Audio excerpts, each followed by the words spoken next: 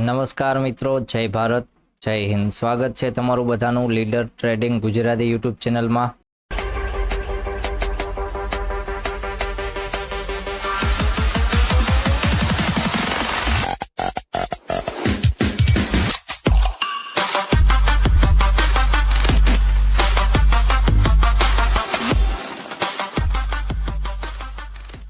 તો ચલો મિત્રો, આજે હતી 24 ઓક્ટોબર એટલે કે નિફ્ટીનો એક્સપાયરી દિવસ હતો. આજના દિવસમાં જોવા જઈએ તો આજના દિવસે પણ સવારમાં ક્યાંક મુવમેન્ટ જોવા મળી અને પછી નિફ્ટી છે આખો દિવસ ક્યાંક એક સારી એવી રેન્જમાં કામ કર્યું અને લાસ્ટમાં થોડી ઘણી મુવમેન્ટ જોવા મળી, પણ મુવમેન્ટ છે એટલી કોઈ ખાસ જોવા નથી મળી. તો આજના દિવસે પણ નિફ્ટીને એક સાઇડવેઝ ક્લોઝિંગ કહી શકો છો. બેંક નિફ્ટીની વાત કરીએ તો બેંક નિફ્ટીમાં સારું એવું સવારમાં એક બાઇંગ જોવા મળ્યું, જ્યાં આપણે ટુમોરોના લેવલ સેન્ડ કરેલા હતા. તો જે લોકોએ ટુમોરોના લેવલ ઉપર કામ કર્યું હોય એમને ક્યાંક મુવમેન્ટ જોવા મળી હશે, કારણ કે 550નું આપણે જે લેવલ રાખેલું હતું એ લેવલ ઉપરથી જ ક્યાંક સારું એવું બાઇંગ જોવા મળ્યું. 551 વાળા લેવલ પાછળ ત્યારે જ 500ના સીમાં છે એ જોવા જઈએ તો 480 વાળા લેવલ ઉપર બ્રેકઆઉટ મળ્યું અને એના ઉપર જ ક્યાંક સારી એવી મુવમેન્ટ જોવા મળી આજના દિવસે. તો ચલો, જે લોકોએ લેવલ ઉપર કામ કર્યું હશે એમને ક્યાંક સારી એવી મુવમેન્ટ જોવા મળી હશે. બાકી જે લોકોએ પછી ક્યાંય ઓવર ટ્રેડિંગ વધારે કર્યું હશે એમને સારો એવો લોસ પણ જોવા મળ્યો હશે. તો ચલો વાત કરી લઈએ ફરીવાર કાલના દિવસ એટલે કે શુક્રવાર માટે. તો કાલના દિવસે 25 ઓક્ટોબરે વાત કરી લઈએ બેંક નિફ્ટી માટે.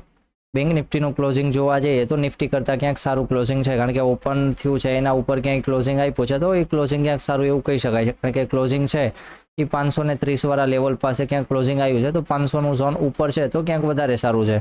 તો ફરીવાર કાલના દિવસે માર્કેટ સાઇડવેઝ ઓપન થઈ જાય છે તો આપણે સપોર્ટ ઝોન ક્યાં છે કે લાસ્ટમાં જ્યાંથી બાઇંગ જોવા મળ્યું છે એ લોઅર પોઈન્ટ, તો એ લોઅર પોઈન્ટ પાસે સપોર્ટ ઝોન રાખેલો છે. ફરીવાર કાલના દિવસે 530 વાળા ઝોન પાસે ઓપન થાય છે અને ડાઉન સાઇડ નીકળે છે તો 440 વાળા લેવલ નીચે ક્યાંય નીકળે છે તો ત્યારે એક ડાઉન સાઇડની મૂવમેન્ટ માટે જોઈ શકાય કે ફરીવાર 300ના ઝોન પાસે ટાર્ગેટ જોવા મળે અને 300ના ઝોન નીચે નીકળે તો પછી 130 વાળા લેવલ પાસે ફરીવાર માર્કેટ સાઇડવેઝ ખુલીને અપર સાઇડ માટે 625નું બ્રેકઆઉટ આપે છે.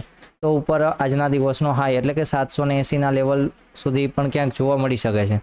ફરીવાર વાત કરી લઈએ તો માર્કેટ સાઇડવેઝ નથી ઓપન થતું ને ઓપન થઈ જાય છે ક્યાંય ગેપ ડાઉન.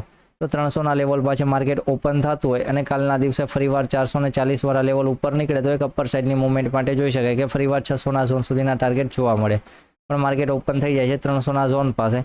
બાઇંગ છે એ 400ના લેવલ ઉપર ક્યાંય નથી જોવા મળતું અને ફરીવાર 300ના ઝોન એટલે કે 280ના લેવલ નીચે નીકળી જાય છે અને આ પુલ બેક જોવા મળી જાય છે તો એક ડાઉન સાઇડની મૂવમેન્ટ પણ જોવા મળી શકે છે કે ફરીવાર 130 વાળું લેવલ પણ જોવા મળી શકે, પણ માર્કેટ વધારે ગેપ ડાઉન ઓપન થઈ જાય છે ડાયરેક્ટ 130 વાળા લેવલ પાસે. તો પાછળના દિવસમાં જોવા જઈએ તો એ એક સારો એવો સપોર્ટ ઝોન છે. તો એ ઝોન પાસેથી આશા કરી શકાય કે ફરીવાર માર્કેટ છે 130થી 150 વાળા લેવલ પાસે ઓપન થાય છે તો ત્યાંથી એકવાર બાઇંગ જોવા મળે અને બાઇંગ છે એ 250ના લેવલ ઉપર ક્યાંય ટકતું હોય તો ફરીવાર 250ના લેવલ ઉપર ક્યાંક 600ના ઝોન પણ જોવા મળી શકે છે, પણ માર્કેટ ઓપન થઈ જાય છે એ ઝોન પાસે.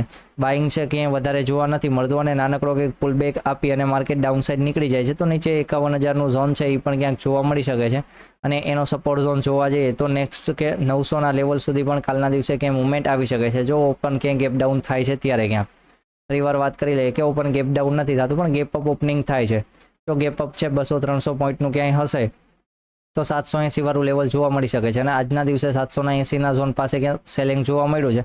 તો કાલના દિવસે જો અહીંયા ઓપન થતું હોય તો થોડું ઘણું સેલિંગ જોવા મળે, પણ 700ના લેવલ નીચે ન નીકળે અને તે પહેલાં 800ના ઝોનનું બ્રેકઆઉટ આપી દે છે તો ઉપર 52,000ના ઝોન સુધીના પણ ટાર્ગેટ ક્યાંક જોવા મળી શકે છે સારા એવા. ફરીવાર માર્કેટ ઓપન થાય છે 800ના ઝોન ઉપર અને ક્યાંય ડાઉન સાઇડ નીકળતું નથી તો જ્યાં સુધી 800ના ઝોન ઉપર છે ત્યાં સુધી આપણે એને સપોર્ટ ઝોન બનાવી દેશું. તો 800ના ઝોન ઉપર છે એ 52,000ના ઝોન સુધીના ટાર્ગેટ પણ ક્યાંક જોવા મળી શકે છે, પણ માર્કેટ ઓપન થઈ જાય છે ડાયરેક્ટ 52,000ના ઝોન પાસે. તો આપણે થોડોક વેઇટ કરી લેવાનો છે. 52,000ના ઝોન પાસે ઓપન થાય છે તો એક લેવલ લઈ લેવાનું છે 850નું લેવલ ને અપર સાઇડનું લેવલ લઈ લેવાનું છે 100નું ઝોન. તો 52,000ના ઝોન પાસે ઓપન થાય છે અને ફરીવાર 100ના લેવલ ઉપર નીકળતું હોય તો વધારે અપર સાઇડની મૂવમેન્ટ પણ આવી શકે છે, ભલે ગેપ અપ આવ્યું હોય, પણ 52,000ના ઝોન પાસે ઓપન થાય છે અને ડાઉન સાઇડ માટે 850નું લેવલ બ્રેકડાઉન કરે છે તો 850ના લેવલ નીચે ફરીવાર 600નું ઝોન પણ જોવા મળી શકે છે તો ત્યારે એક પુટ સાઇડની એન્ટ્રી ક્યાંક થઈ શકે છે. વાત કરી લઈએ નિફ્ટી માટે. નિફ્ટીનું ક્લોઝિંગ થોડુંક ખરાબ ક્લોઝિંગ કહી શકાય, કારણ કે હજી ક્લોઝિંગ છે એ 400ના ઝોન નીચે ક્યાંક આજના દિવસે આવ્યું છે તો એ હજી 500ના ઝોન નીચે છે ત્યાં સુધી નિફ્ટી છે એ એક ડાઉન સાઇડના કે ડાઉન ટ્રેન્ડ વધારે છે એવું ક્યાંક માની શકાય છે. ફરીવાર ઓપન થઈ જાય છે એના એ રેન્જમાં એટલે કે 400ના ઝોન પાસે ઓપન થઈ જાય છે અને ફરીવાર અપર સાઇડ 440નું લેવલ કાલના દિવસે બ્રેકઆઉટ થાય છે તો 520ના ઝોન સુધી એક ટાર્ગેટ રાખી શકાય અને 520ના ઝોન ઉપર હોલ્ડ કરતું હોય તો ક્યાંક વધારે ટાર્ગેટ પણ આવી શકે છે 600નો ઝોન અને 700નો ઝોન. ફરીવાર સાઇડવેઝ ઓપન થાય છે અને આજના દિવસનો લોઅર પોઈન્ટ એટલે કે 350 વાળું લેવલ બ્રેકડાઉન થતું હોય તો ડાયરેક્ટ 240ના લેવલ સુધીના પણ કાલના દિવસે સવારમાં ઝડપી ક્યાંક ટાર્ગેટ જોવા મળી શકે છે. પણ માર્કેટ ઓપન જ ગેપ ડાઉન થઈ જાય છે ડાયરેક્ટ 240 વાળા લેવલ પાસે.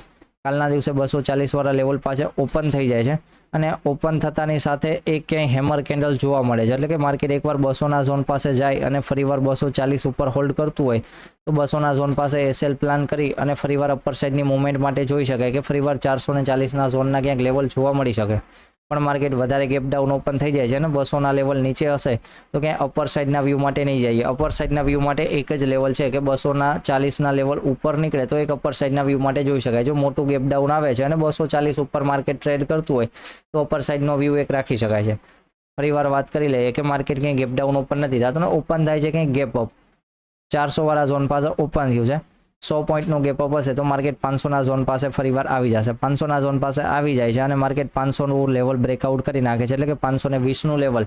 જ્યારે 520 વાળું રેઝિસ્ટન્સ ઝોન બ્રેકઆઉટ થાય છે તો ત્યારે આપણે એક લેવલ લઈ લેવાનું છે 470 થી 475 વાળું લેવલ કે 470ના ઝોન પાસે એક સપોર્ટ ઝોન ડ્રો કરી નાખવાનો છે. જ્યારે 520ના લેવલ ઉપર માર્કેટ નીકળે તો ત્યારે એક લેવલ એક્ટિવ થઈ જાય છે 470નું લેવલ. કારણ કે એના ઉપર ને ઉપર હશે તો આપણે એક અપર સાઇડના વ્યૂ માટે બેસી જશું કે ફરીવાર 600નું ઝોન અને એના ઉપર 700ના ઝોનની ક્યાંક મુવમેન્ટ જોવા મળી શકે. પણ માર્કેટમાં વધારે ગેપ અપ જોવા મળે છે તો 600ના ઝોન પાસે એક રેઝિસ્ટન્સ ઝોન એટલે કે પાછળનો દિવસ હતો એનો હાઈ અહીંયા ક્યાંક જ છે ને અહીંયાથી એકવાર માટે સેલિંગ આવ્યું છે તો ફરીવાર માર્કેટ ઓપન જ એ જગ્યા પાસે થતું હોય તો એકવાર માટે 500ના ઝોન પાસે આવે અને પાછું બ્રેકઆઉટ થાય. જો એવી કોઈ પોઝિશન થતી હશે તો એક મોટી મુવમેન્ટ માટે આપણે ક્યાંક જોઈ શકાય છે કે તો ત્યારે મોટી મુવમેન્ટ આવી શકે છે. તો ચલો લેવલ છે એ મિત્રો આપણે ટેલિગ્રામની ફ્રી ચેનલ છે એમાં સેન્ડ કરી દીધા છે તો એમાંથી લેવલ મળી જશે અને વોટ્સઅપની ચેનલમાંથી પણ લેવલ મળી જશે. તો ચલો મિત્રો જય ભારત જય હિન્દ. મળીએ ફરીવાર કાલના દિવસે લાઈવ વિડીયોમાં.